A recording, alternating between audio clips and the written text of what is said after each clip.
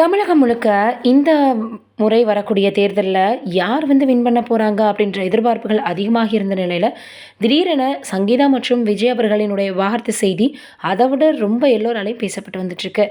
இது இருவருக்கும் உண்டான விஷயம் அப்படின்னாலும் கூட சில நேரங்களில் அதுவும் ஃபெமிலியராக இருக்கக்கூடிய ஒரு பர்சன், அதுலேயும் எல்லோருக்கும் ரசிகர்களுக்கு மிக பிடித்த ஒரு பர்சன் ரொம்ப பார்த்திங்கன்னா இந்த மாதிரி சமூக வலைதளங்களில் பேசப்படக்கூடிய நேரத்தில் எல்லோருமே அது உண்மையாக பொய்யா அப்படின்னு தெரிஞ்சுக்கிறதுக்காகவே சில விஷயங்களை தேடுவாங்க அப்படின்னு தான் சொல்லணும். என்னென்னா 2021 சங்கீதா மற்றும் விஜய் அவர்கள் பிரிந்திருக்காங்க அப்படின்னு சொல்கிறாங்க. ஆனால் அப்படி இருக்கிற பட்சத்தில் ஏன் தேர்தல் அப்போ சங்கீதா அவர்கள் இந்த விவாகரத்தை கேட்கணும், என்ன காரணமாக இருக்கும் அப்படின்னு எல்லோரும் பேச ஆரம்பிச்சிட்டாங்க. பிள்ளைகளோட தனியாக இருக்கிறாங்க அப்படின்னு சொல்கிறாங்க. அப்போ என்ன தான் காரணமாக இருக்கும், நடிகை தான் காரணம் அப்படின்னு சொன்னதாகவும் சொல்கிறாங்க. ஆக மொத்தத்தில் ஒருத்தருடைய பர்சனலாக சமூக வலைதளங்களில் இவங்க இப்படி தான் பண்ணியிருக்காங்க அப்படின்னு யாரும் வெளியிட போகிறதில்ல.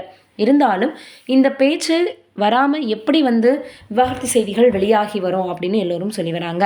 அதையும் தாண்டி சங்கீதா அவர்கள் எவ்வளவோ முறை விஜய் அவர்களிடம் பேசியிருக்காங்க, ஆனால் அது எதுவுமே சரிப்பட்டு வரல அப்படின்றதுனால தான் இந்த ஒரு முடிவை எடுத்திருக்காங்க, இவ்வளோ நாள் அவங்க வெயிட் பண்ணாங்க அப்படின்னு சொல்லி வராங்க.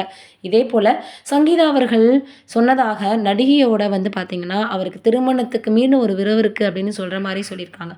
அதெல்லாம் எந்த அளவுக்கு உண்மை அப்படின்றது தெரியல. ஒரு மக்களுக்காக பாடுபடணும்னு நினைக்கக்கூடிய ஒரு நபர் இப்படியெல்லாம் செய்வாரா அப்படின்னு தான் எல்லோருமே கேட்டு வந்துட்டுருக்காங்க. அந்த அளவுக்கு இவருடைய எதிரிகள் யாராவது, இவங்க வரக்கூடாது அப்படின்னு நினைக்கக்கூடியவர்கள் யாராவது இந்த வேலையை செய்கிறாங்களா அப்படின்னு பல கோணங்களில் இப்போ அவருடைய ரசிகர்கள் மிகப்பெரிய அளவில் யோசிச்சுட்ருக்காங்க. இது உண்மையாக இருக்கும்னா வரப்போகிற ஏப்ரல் 20 நம்மளுக்கு தெரிய வந்துடும் அப்படின்னு. இதை பற்றி விஜய் அவர்களோ சங்கீதா அவர்களோ சமூக வலைதளங்களில் இவ்வளோ விஷயங்கள் பேசி வந்துட்டுருக்காங்க. இருவருமே எந்த வித ஒரு வீடியோவையோ இல்லை பார்த்திங்கன்னா ரசிகர்களுக்காக பார்த்திங்கன்னா ஏதாவது ஒரு சோஷியல் மீடியாவில் போஸ்ட்டையோ அவங்க போடவே கிடையாது. இப்படி இருவரும் அமைதி காக்க காக்க இன்னும் இது அதிகமாக பேசப்பட்டு தான் வந்துட்டுருக்கோம். அதையும் தாண்டி விஜய் அவர்களுக்கு எந்த ஒரு ஆடியோ லான்ச்சாக இருந்தாலும் மிகப்பெரிய அளவில் அவங்களுக்கு கை கொடுத்து ரொம்பவே பார்த்திங்கன்னா சப்போர்ட்டிவாக இருக்கிற சங்கீதா அவர்கள் தான். ஆனால் இப்போ கொஞ்ச நாட்களாக அவர் அரசியல் கட்சி ஆரம்பித்த பொழுதும் சரி, பொது மேடைகள்லையும் சரி வரல. ஓகே, அதுதான் அவர் பொதுநலம் கருதி வராரு, அரசியலில் தன்னுடைய மகன் மகள் மனைவி யாரையுமே ஈடுபடுத்தக்கூடாது அப்படின்னு நினைக்கிறாருன்னு எல்லோரும் நினச்சிக்கிட்டாங்க. எந்த விதமான அவருடைய ஆடியோ லான்ச்லேயுமே அவங்க வரல. அதுதான் எல்லோருக்குமே அப்போவே எல்லோரும் டவுட்டில் கேட்க ஆரம்பிச்சிட்டு இருந்தாங்க. இந்த சூழலில் சங்கீதா அவர்கள் எவ்வளவோ பேசியும் கடைசி வரைக்குமே அவர் கேட்கவே இல்லை அப்படின்ற மாதிரி.